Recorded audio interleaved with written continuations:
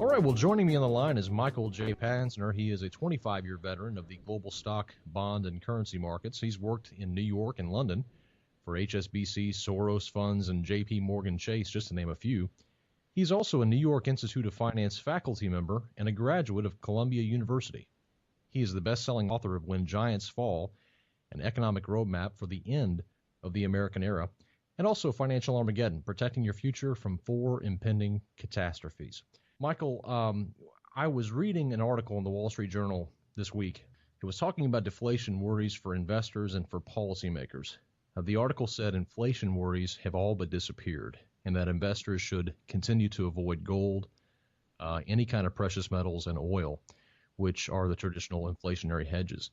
Michael, in your opinion, are we ultimately heading for deflation, or are we heading towards inflation? Well, I think that actually there's the answer to that is yes and yes in some respects. I mean, my perspective all along has been that the deflationary forces would sort of lay the groundwork for later inflation, and I still think that's the way things are playing out. I believe that we are seeing the sort of unwinding of the credit bubble, which is creating all sorts of downward pressure on asset prices. But I think the response of officials will, in the end, more than compensate, in fact, overcompensate to the point where people lose faith in the U.S. And I think that's when we get the inflation problem. So longer term, I think it's a serious inflation problem on the way. Right now, I think we're still cross currents with in regards to deflation and inflation, with deflation holding the edge. I think there's a lot of questions about the timing of it, and of course no one can put their finger on the pulse and know exactly when it's going to happen. We talking, you think, 12, 24 months before we begin to see this reversal towards massive inflation, or do you think it's even further out than that? It's a tough call because I think if you look at history, and in fact I read an article recently talking about the psychology shift that took place before the sort of Weimar Republic great inflation or the great hyperinflation. It was relatively dramatic. I mean, all of a sudden there was this tremendous pool of liquidity floating around, and in a matter really of an extremely short period of time, people started to lose faith in the government, started to lose faith in the government's ability to manage its financial well-being, losing faith really in the sense of in the system, and that it was a kind of a psychological snap, so to speak. And I think we're going to see something like that here. All of those who sort of had faith that the America that of today is the same as the America of the past, there's going to be a sort of tipping point, a recognition moment where they actually come around and say, wait a minute, this doesn't make sense anymore. This is very troubling. Well, the employment situation for July of 2010 was just released by the Bureau of Labor Statistics, and it showed that the job picture continues to worsen. The rate stayed the same at about 9.5, but we had 131,000 net losses on jobs. This employment picture just continues to get worse and worse, and there's been talk of this recovery, this phantom recovery, this jobless recovery. What's going on, Michael? Are we in a recovery, or is this just bogus? What's going on with all this? Well, I think, I guess if you define recovery as doing badly, I suppose we are, because I don't see any sense of a recovery either in a classic sense or even in a wishful thinking sense. I mean, the truth is that you've got a lot of people who are essentially living on a fantasy, living on hopes and dreams, expecting that, well, in the past, the economic cycles we've had really in the post-war era, eventually things recover, eventually we come roaring out, eventually it's all good again. But what they keep forgetting about is that this is not your sort of mother's or father's or even arguably your grandfather's recession, but this is a full-fledged credit collapse. It's a full-fledged reaction to tremendous excesses that have accumulated over the course of many decades. And in truth, it's a structural problem, not a cyclical problem. And I think that is one reason why we still have this relentless hope, is that people don't understand that it is a different kind of a downturn, and one that is likely to persist for quite some time. So I think people are still trying to read the tea leaves, I guess, if you want to call it that, as though they've always read it, because obviously we don't have too many people around that were there during the days of the Great Depression. But they're still trying to read tea leaves in the same way that they have during their time on Wall Street or even outside of Wall Street, and that's a big mistake. Well, another headline that came out from the Washington Times this week was the fact that Social Security is going to pay out more this year than it gets in payroll taxes for the first time since it was overhauled back in 1983. This wasn't supposed to happen this early. I mean, in the middle of this quote-unquote recovery, now we have Social Security, which all of us know is failing a little prematurely. What's your outlook for these entitlement programs? Are there any viable solutions coming out of Washington to solve these complex problems with the entitlement programs? Well, I think that's a two-part question. A, are there any viable solutions? And B, are there any viable solutions coming out of Washington? I mean, I actually think that the answer to both is probably no, although arguably there may be a solution somewhere. They'll at some point down the road, they'll make some tweaks. They'll raise the retirement age, for example. They'll cut benefits. They'll raise taxes. They'll do a lot of things to sort of try and shore up the system. But the truth is that it was a system always predicated on demographics that are not really not in fact accurate, and they were predicated on certain kinds of lifestyle perspectives, attitudes.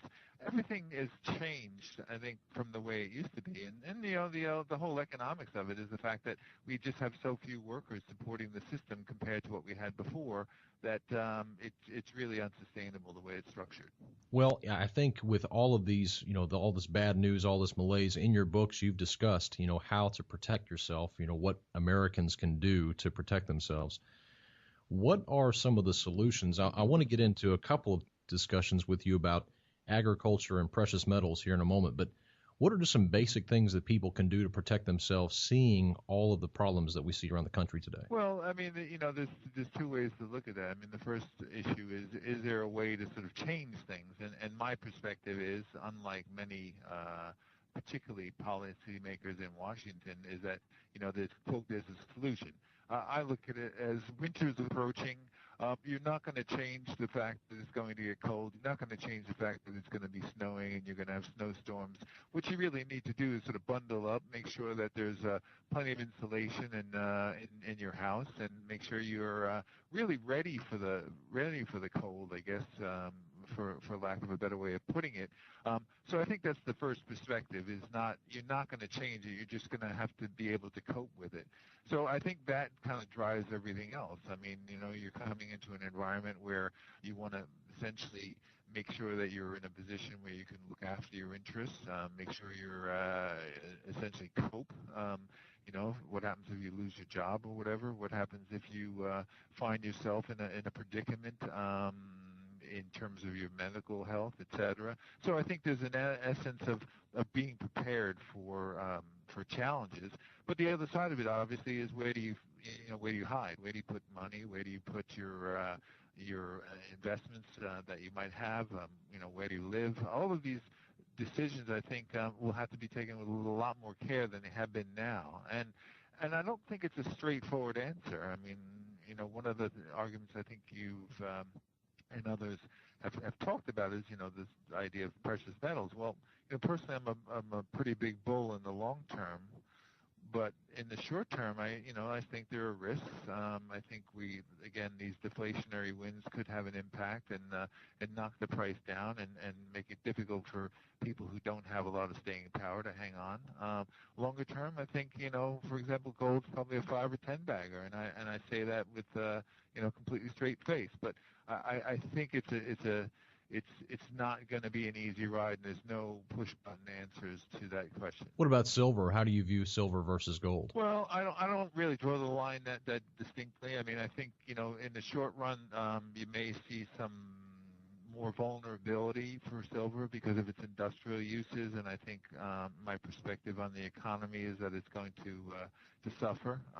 So you could see some real drag there, but longer term, I'm sort of indifferent. I mean, I think probably the purer play is gold, but I would say the best play is precious metals more generally. There seems to be a slow but growing rush towards hard assets such as precious metals. So something we call PACE here, precious metals for P, A for agriculture, C for commodities, E for energy. Just kind of these hardy types of investments that seem to thrive during times of inflation. And obviously we've talked about precious metals. Another one that's been in the news lately, especially this week, has been wheat. Of course, agriculture, something that's been very depressed price-wise over the last several years in many ways. But the recent spike in global wheat prices has sent the commodity to a 2-year high. It's growing at the fastest rate in 51 years as of July. And there's shortages, of course, with the recent ban on exports in Russia.